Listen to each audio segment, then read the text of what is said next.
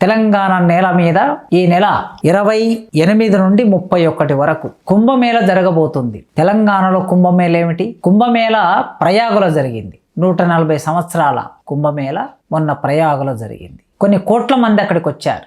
దేశవ్యాప్తంగా ప్రపంచవ్యాప్తంగా కుంభమేళలో పాల్గొన్నారు. మనం అందరం చూసాం. అదొక దృశ్యం. తెలంగాణలో అలాంటి ఒక కుంభమేళ ఉన్నది. ఆ కుంభమేళ ఉమ్మడి ఆదిలాబాద్ జిల్లా, ఇప్పుడు ములుగు జిల్లా. ఆ ములుగు జిల్లాలో మేడారం జాతర అంటారు దీన్ని. మేడారంలో గద్దెల మీద కూర్చున్న సమ్మక్క, సారక్క, జంపన్న, గోవిందరాజు, పగడిద్దరాజు వీరందరూ అక్కడ గద్దెలను ఎక్కుతారు. సమ్మక్క సారక్క జాతర అంటారు. మేడారం సమ్మక్క సారక్క జాతర. కేవలం వీళ్ళు అలౌకిక భావనతో, అమూర్త భావనతో ఉన్న దేవుళ్ళు మాత్రమే కాదు, వీళ్ళు లౌకిక మనుషులు కూడా. ఒక కాలంలో అంటే సరిగ్గా 1000 సంవత్సరాల కిందట ఆ ప్రాంతంలో నడయాడిన మనుషులు వారు. ఆదివాసులతో కోయ తెగలో పుట్టి పెరిగి వారితో కలిసి జీవించి ఆ ప్రజల కోసం ప్రాణతర్పణ చేసిన వాళ్ళు. 13వ శతాబ్దం అనగానే మనకు కాకతీయ సామ్రాజ్యం గుర్తొస్తుంది. కాకతీయ సామ్రాజ్యం ఇటు వరంగల్ నుంచి మొదలు పెడితే అటు ఛత్తీస్గఢ్ వరకు, మొత్తం ఈ దండకారణ్యం వరకు ఈ అటవీ ప్రాంతాన్ని ఆధారం చేసుకొని కాకతీయ రాజ్యం నిర్మాణమైందని మనం చదువుతాం. తెలుగు నేల మీద అతిపెద్ద రాజ్యం కాకతీయ రాజ్యం. గణపతి దేవుడు, రుద్రమ్మ, ప్రతాపరుద్రుడు కాకతీయ రాజ్యంలో కొన్ని ముఖ్యమైన రాజుల పేర్లు. ప్రతాపరుద్రుడు రాజయ్యాక ఆదివాసులు చాలామంది సామంత రాజులు ఆ ఆదివాసి గూడాల మీద, కోయ గూడాల మీద పన్నులు వేశాడు. కరువు కాటకాలు వచ్చి తినడానికి తిండి లేక విలవిల్లాడిపోతున్న ఆదివాసుల మీద అధిక పన్నులు వేసినప్పుడు ఆ పన్నులను కట్టలేక ఆదివాసులు రాజు దగ్గరికి వెళ్ళి అడుక్కున్నారు. అయ్యా, మేము ఈ పన్నులను కట్టలేము, ఈ పన్నులను వెనక్కి తీసుకోమని అడిగితే వెనక్కి తీసుకోకపోగా ప్రతాపరుద్రుడు ఆదివాసుల మీద యుద్ధం ప్రకటించాడు. ఆ ఆదివాసి రాజ్యానికి, మేడారం రాజ్యానికి రాజు పగడిద్దరాజు. పగడిద్దరాజు భార్య సమ్మక్క. సమ్మక్కకి పగడిద్దరాజుకు పుట్టిన పిల్లలు సారలమ్మ, జంపన్న. అప్పుడు రాజే యుద్ధం ప్రకటిస్తే ఆదివాసులు తమ అస్తిత్వం కోసం, తమ ప్రాణాన్ని రక్షించుకోవడానికి, తమ ప్రజల్ని కాపాడుకోవడానికి అనివార్యంగా యుద్ధంలోకి దిగవలసి వచ్చింది. ప్రతాపరుద్రుడి సైన్యాలతో హోరావరి పోరాటం చేసి పగడిద్దరాజు ప్రాణాలర్పించాడు. యుద్ధంలో ఒరిగిపోయాడు. భర్త యుద్ధంలో ఒరిగిపోతే ఆ యుద్ధాన్ని కొనసాగించడానికి సమ్మక్క యుద్ధంలోకి ప్రవేశించింది. తనతో పాటు తన బిడ్డ సారలమ్మ, కొడుకు జంపన్న, తన అల్లుడు గోవిందరాజు కూడా యుద్ధంలో పాల్గొన్నారు. కొన్ని రోజుల పాటు జరిగిన యుద్ధంలో సారమ్మ చనిపోయింది. బిడ్డ సారమ్మ చనిపోయింది. కొడుకు జంపన్న నెత్తురు ఏరులై పారి జంపన్న వాగుగా మారింది. ఇప్పుడు అక్కడికి వెళ్ళే వాళ్ళందరూ స్నానాలు చేస్తారు జంపన్న వాగులో.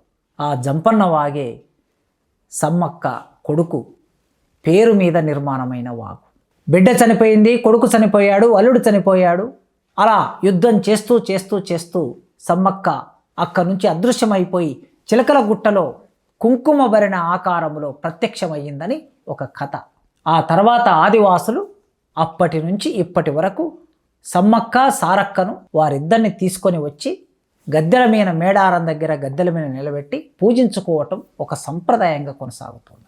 ఈ జాతరకి కోట్ల మంది వస్తారు. ఛత్తీస్గఢ్ నుంచి మొదలు పెడితే అటు ఒరిస్సా, ఛత్తీస్గఢ్, కేరళ, ఇటు కర్ణాటక, తెలంగాణ, ఆంధ్ర 5-6 రాష్ట్రాల నుంచి ప్రజలు అక్కడికి వస్తారు. ఇసుక వేస్తే రాలనంత జనం మేడారానికి వస్తారు. అంతమందితో జరుగుతున్న ఒక అద్భుతమైన జాతర. ఈ జాతర సందర్భంలో మనం గుర్తు చేసుకోవాల్సింది, పోరాడిన వ్యక్తులు, యుద్ధంలో ఒరిగిపోయిన వ్యక్తుల్ని గుర్తు చేసుకోవడానికి ఆదివాసులు తమ గుండెల్లో దాచుకున్నారు. వాళ్ళు వనదేవతలు, వాళ్ళు ప్రకృతి దేవతలు. భారతదేశంలో ఒకే దేవుడు అనే భావన వస్తున్న రోజుల్లో ఈ దేశంలో ఒక్కొక్కరికి ఒక దేవుడు ఉన్నాడు. ఆదివాసులకి సమ్మక్క సారక్క ఉన్నది. ఆదివాసులకు మాత్రమే కాదు, ఆదివాసేతరులు కూడా తెలంగాణ నేలమూది నుంచి అక్కడికి వెళ్తారు.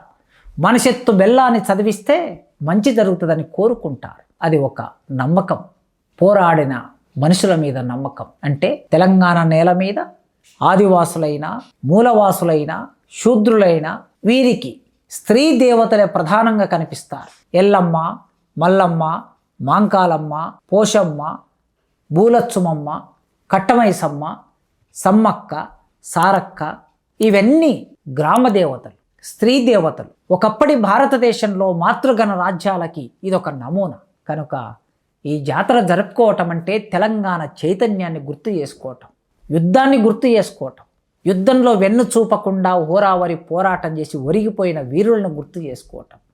అలాంటి వీరుల చరిత్ర తెలంగాణది, వీరుల గన్న తెలంగాణది.